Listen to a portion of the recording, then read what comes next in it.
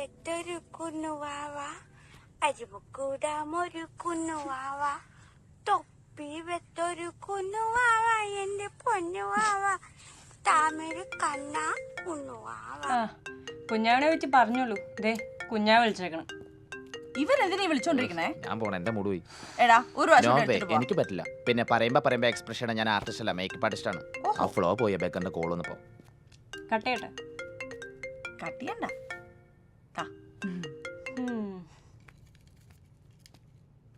എന്താ നിന്റെ അടുത്ത് ഞാൻ പറഞ്ഞിട്ടില്ലേ വിളിക്കരുതെന്ന്? ഇതൊക്കെ എന്നെ ക്ലോസ് ചെയ്തല്ലേ? ഞാൻ റീകണക്ട് ചെയ്യാനൊന്നും വിളിച്ചതല്ല. പറ. എന്നെ കൊണ്ടൊന്നും പറ്റുന്നില്ല, ഒന്നും അങ്ങോട്ട് ശരിയാവുന്നില്ല. ഓക്കേ, ഇപ്പൊ എന്നെ അഭിനയം പഠിപ്പിക്കാൻ അവന്മാരെല്ലാം കൂടെ ഒരുത്തരെ കൊണ്ടുവന്നേക്കുക. അത് വളരെ മികച്ചൊരു ഇതാ. റീസെന്റ് 2-3 പടം പൊട്ടിന്നുള്ളത് മാറ്റി നിർത്തിയ ഒന്നുമില്ല, ഞാൻ ഒരു സൂപ്പർ സ്റ്റാർ അല്ലേ? എന്ത് super star David? Ultimately you are an actor. You suppose to be an actor. You should be an actor. ഞാൻ ആക്ടർ അല്ലേ? അത് നീ നിന്റെ അടുത്ത് തന്നെ ചോദിക്കും.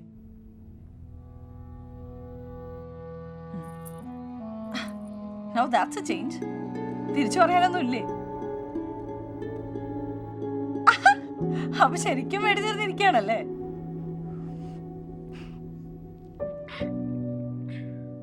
ഏയ്, നീ കരയാണോ?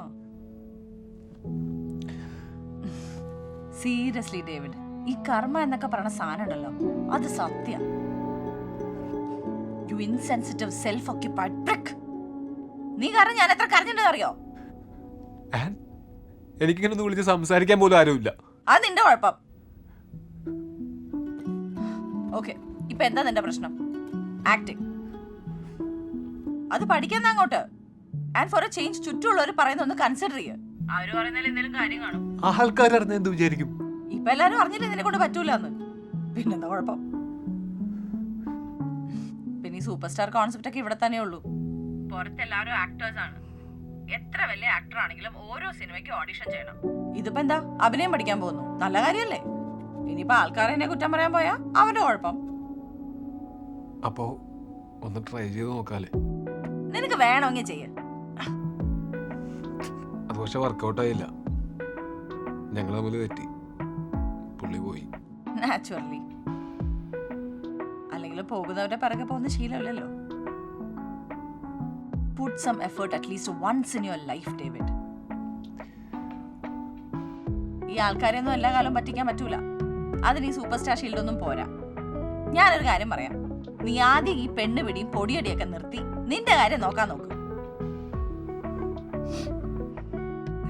റോളൊക്കെ കാണുന്നുണ്ടല്ലോ അല്ലേ? പൊടി നാറി.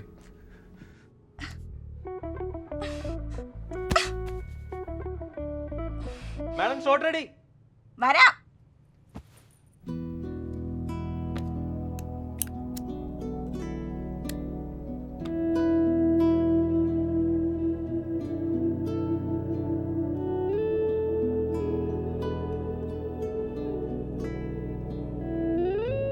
നീലകണ്ഠപുരത്തെ കടവിൽ ചെന്ന് ബ്രാഹ്മണി നദിയിലൂടെ രക്ഷപ്പെടാനാണ് അവർ തീരുമാനിച്ചത്.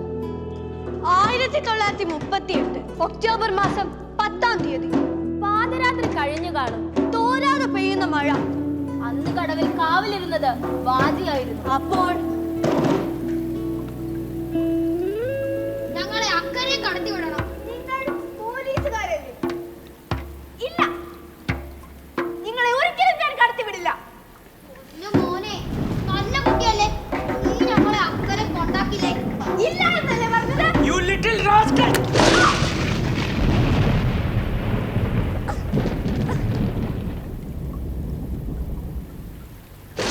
വേഗം വാ, വേഗം വരൂ. പോലീസുകാരും പട്ടാളക്കാരും രക്ഷപ്പെടാൻ നോക്കുന്നു. നിർത്താനാണ് പറഞ്ഞത്. നിർത്തിയില്ലെങ്കിൽ വെടിവെക്കും. നിങ്ങളുടെ വെടിയുണ്ടകൾ ഞങ്ങളുടെ നെഞ്ചിനെ പിളർക്കില്ല.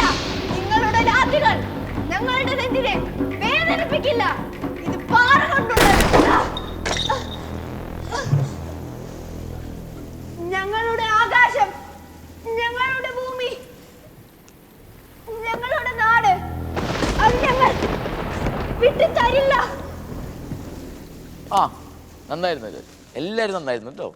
നമുക്ക് കുറച്ചും കൂടി എനർജി കൂടി ചെയ്യാം. അതിൻ്റെ ഒരു തോക്കൊടിഞ്ഞു പോയിട്ട് ശരിയാക്കിയത് അത് നന്നായി.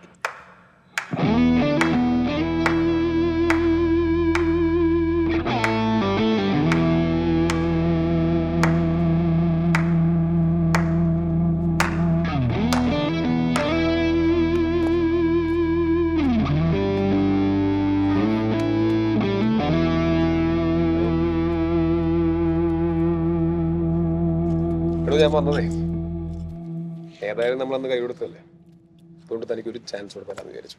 പക്ഷെ ഒരു കണ്ടീഷനുണ്ട്.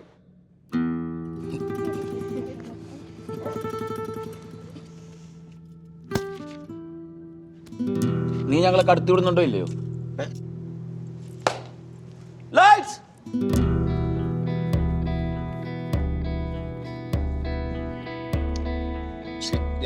നീ ഞങ്ങളെ കടത്തി വിടുന്നുണ്ടോ ഇല്ലേ?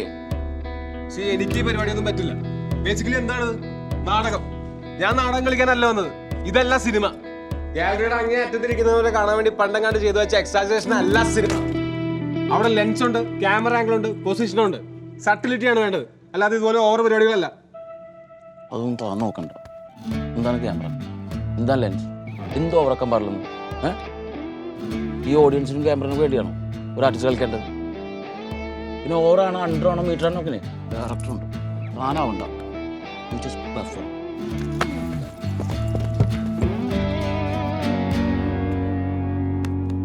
ആക്ടർ.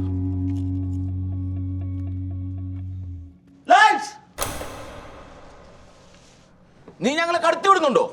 U little rascal! നീ ഞങ്ങൾ പറഞ്ഞ അനുസരിക്കുന്നുണ്ടോ ഇല്ലയോ? ഇല്ലെങ്കിൽ ഞാൻ വെടിവെക്കും.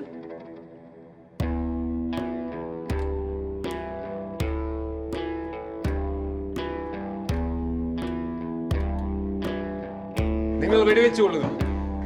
നിങ്ങളുടെ വെടിയുണ്ടകൾ ഞങ്ങളുടെ നെഞ്ചിനെ പിളർക്കില്ല. നിങ്ങളുടെ രാത്രികൾ ഞങ്ങളെ വേദനിപ്പിക്കില്ല. ഇത് പാറ കൊണ്ടുള്ളത്. നിങ്ങളുടെ അഹന്തയ്ക്ക് മുന്നിൽ കീഴടങ്ങാൻ എനിക്ക് മനസ്സില്ല.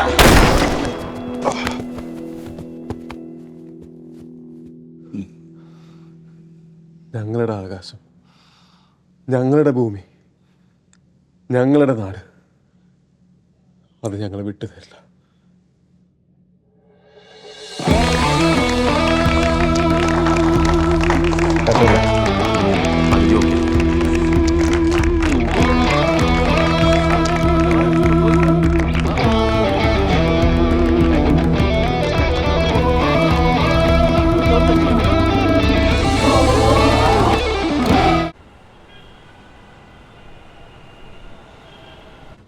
എന്റെ ആക്ടിങ് അപ്പൊ ഏത് മെത്തേഡാണെന്ന് പറഞ്ഞത്? ഒരു തരം ക്ലാസിക്കലാണ്. ക്ലാസിക്കൽ. ഈ ശോഭന നമ്പി എന്ന ടൈപ്സ് അല്ലേ? എടാ വിനീത്, ക്ലാസിക്കൽ ഡാൻസ് അല്ല പൊട്ടാമാരെ, ക്ലാസിക്കൽ ആക്ടിങ് അല്ലേ? അത് തന്നെ. പിന്നെ ഈ 18-ാം നൂറ്റാണ്ടിലെ ഷേക്സ്പിയർ നാടകത്തിലെ ആക്ടേഴ്സ് ഇല്ലേ, അവരെ പഠിച്ചൊരു രീതിയാണ്.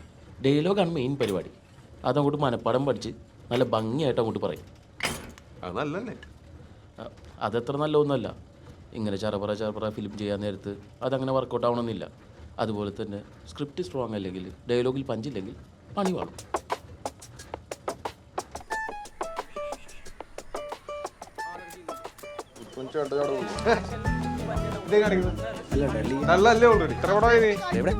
നല്ല ഇന്റൻസ് ആയിട്ട് കൊണ്ട് കളിച്ചോട്ടെ, ചെടിയൊക്കെ കൊണ്ട് തിരിച്ചോട്ടെ. ഷോട്ടിൽ കളിച്ചോളാം. ഓക്കെയാണ്, പെട്ടെന്ന് എടുക്കാം.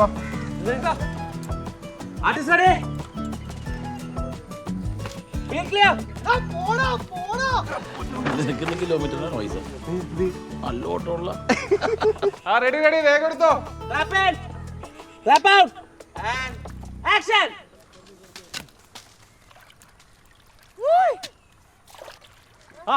ചേട്ടാ എന്നാണ്ട്? നമ്മുടെ കുഞ്ഞുമോൻ കളിപ്പിന്ന് വന്നോ? ഇത് അവൻ രാവിലെ വന്നു. നമുക്കൊരു ചെറുത് മാറ്റി വെച്ചേക്കാൻ പറയണേ. ഒരു കുപ്പി. ഞാൻ അക്കരയ്ക്ക് വരാം, നാളെ മറ്റോ.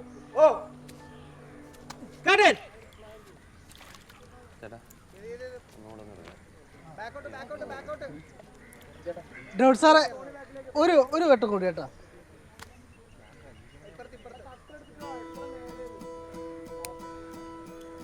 ഒരു 2 മിനിറ്റ്.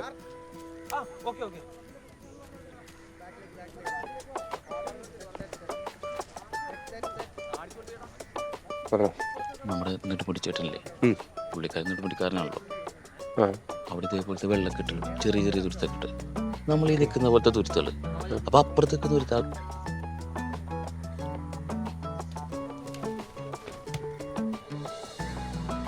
അപ്പുറത്തേക്ക് നിരാ സംസാരിക്കാൻ നേരത്തെ ഇങ്ങനെ ഒച്ച ഒച്ച മാത്രം കേൾക്കണമെന്നില്ല. പിന്നെ ആ കൂട്ടത്തിൽ ചെറിയ ആംഗ്യ ഭാഷ കൂടി കേട്ടു. എന്നുവെച്ചാ ഇങ്ങനെ കുഞ്ഞുമോൻ ഗൾഫീന്ന് വന്നോ, ഗൾഫീന്ന് വന്നോ, ഒരു കുപ്പി മാറ്റി വെക്കണം. ചേട്ടായിട്ട് പിന്നെ ഈ ഗാന്ധിയനെ അച്ഛൻ്റെ പിന്നെ കുപ്പിന്ന് അങ്ങനെ ഒച്ചത്തി പറയണ്ട, താത്തി പിടിച്ചു അല്ലേ? ഓക്കെ.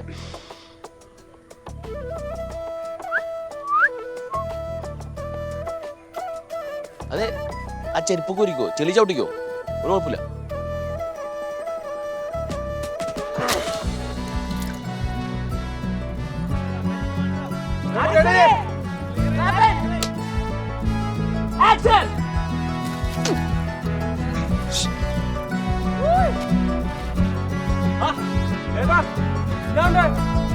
നമ്മുടെ കുഞ്ഞുമോ കളിക്കുന്നോ?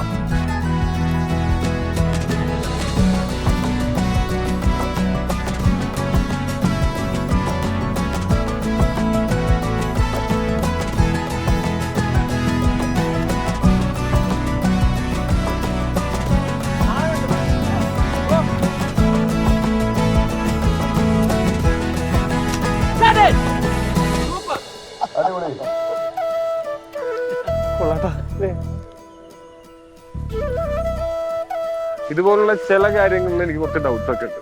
ഉണ്ടാവണല്ലോ, അത് തീർക്കാനല്ലോ വന്നിരിക്കുന്നത്. അത് കഴിഞ്ഞൊരു ഡൗട്ട് ഉണ്ട്, ഞാൻ പറഞ്ഞുതരാം. പിന്നെ ബാക്കി ഉണ്ടെങ്കിലേ നിങ്ങൾ തന്നെ തീർത്താൽ മതി. ഞാൻ ആരുടെയും ബാക്കി എടുക്കില്ല. തറവാട്ടി പറഞ്ഞവനെ. എനിക്ക് ബേസിക്കലി അഭിനയിക്കുന്ന സമയത്ത് കൈ ഒരു ബാധ്യതയാണ്. ഇത് എവിടെ വെക്കണം, എങ്ങനെ പിടിക്കണം, ആയ കൺഫ്യൂഷൻ അടിക്കും. കയ്യിലൊരു പേനയോ സിഗരറ്റോ ഒന്നും ഇല്ലെങ്കിൽ പിന്നെ പറയണ്ട. എത്ര നേരം വെച്ചിട്ടാ പോക്കറ്റിൽ തന്നെ കേട്ടോണ്ടിരിക്കുന്നത്. ശരിയാണ്, അത് എനിക്കും തോന്നിയിട്ടുള്ള സംശയമാണ്. അത് ശരി, എന്നിട്ടാണോ നിങ്ങൾ എന്നെ പഠിപ്പിക്കാൻ വന്നിരിക്കുന്നത്?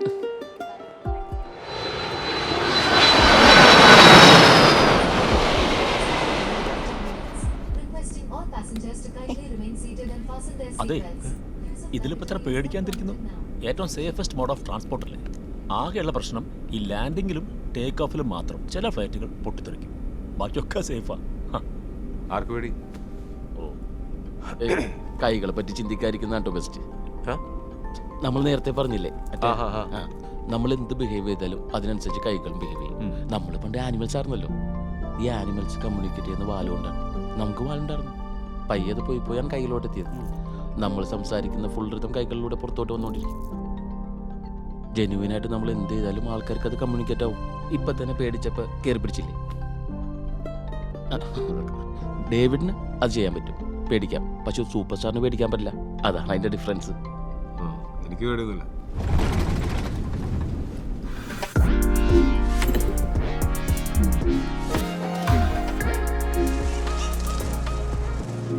നോയിക്കോട്ടാ, നമുക്ക് സ്റ്റേജിൽ കയറാൻ നേരത്ത് ആ അപകർഷതാബോധം, വിധേയത്വം, ആ ബോഡി ലാംഗ്വേജ് കണ്ട, കൈ അനക്കിയിട്ടില്ല. കണ്ട നോയിക്കോ, കണ്ട കൈ അനക്കാത്തണ്ട. അതുപോലെ ഇപ്പം എടുക്കാൻ പോകുന്ന സീനിൽ ഇയാളെ മനസ്സിലിങ്ങനെ വിഷമമൊക്കെ ഉള്ളതുകൊണ്ട് ഇങ്ങനത്തെ ഒരു ബോഡി ലാംഗ്വേജ് പിടിച്ചാൽ അടിപൊളിയായിരിക്കും.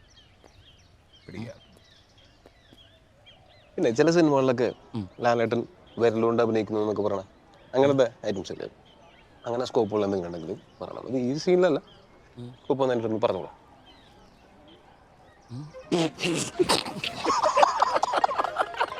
എടാ സീരിയസ് ആയിട്ടൊരു കാര്യം, എടാ ഈ സീനിലല്ലടാ. ഇങ്ങനെയാണെങ്കിൽ ഞാനൊന്നും ചോദിക്കല്ലോ, ഇതിലിടെ എൻ്റെ അടുത്ത് പറഞ്ഞാൽ മതി. അങ്ങനെ വിലക്കിടല്ലേ, പിടിക്കാല്ലേ?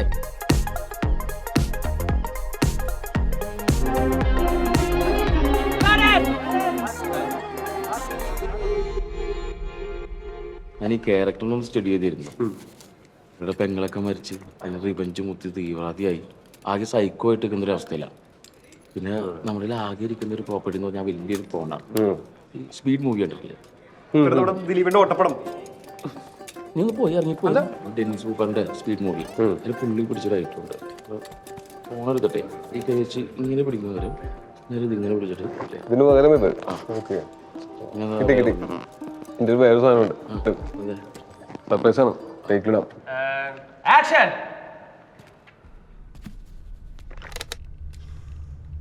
നിങ്ങൾക്ക് തെറ്റി സർക്കിൾ ഇൻസ്പെക്ടർ ഓഫ് പോലീസ്. നിങ്ങൾ എന്നെയല്ല വളഞ്ഞിരിക്കുന്നത്, ഞാൻ നിങ്ങളെയാണ്. ഒരു നഗരത്തിലൊരു അനീതി നടന്നാൽ അസ്തമയത്തിനുള്ളിൽ അവിടെ കലാപം നടന്നിരിക്കണം. ഇവിടെ അനീതി നടന്നത് എൻ്റെ കുടുംബത്താണ്. കലാപം നടന്നിരിക്കും.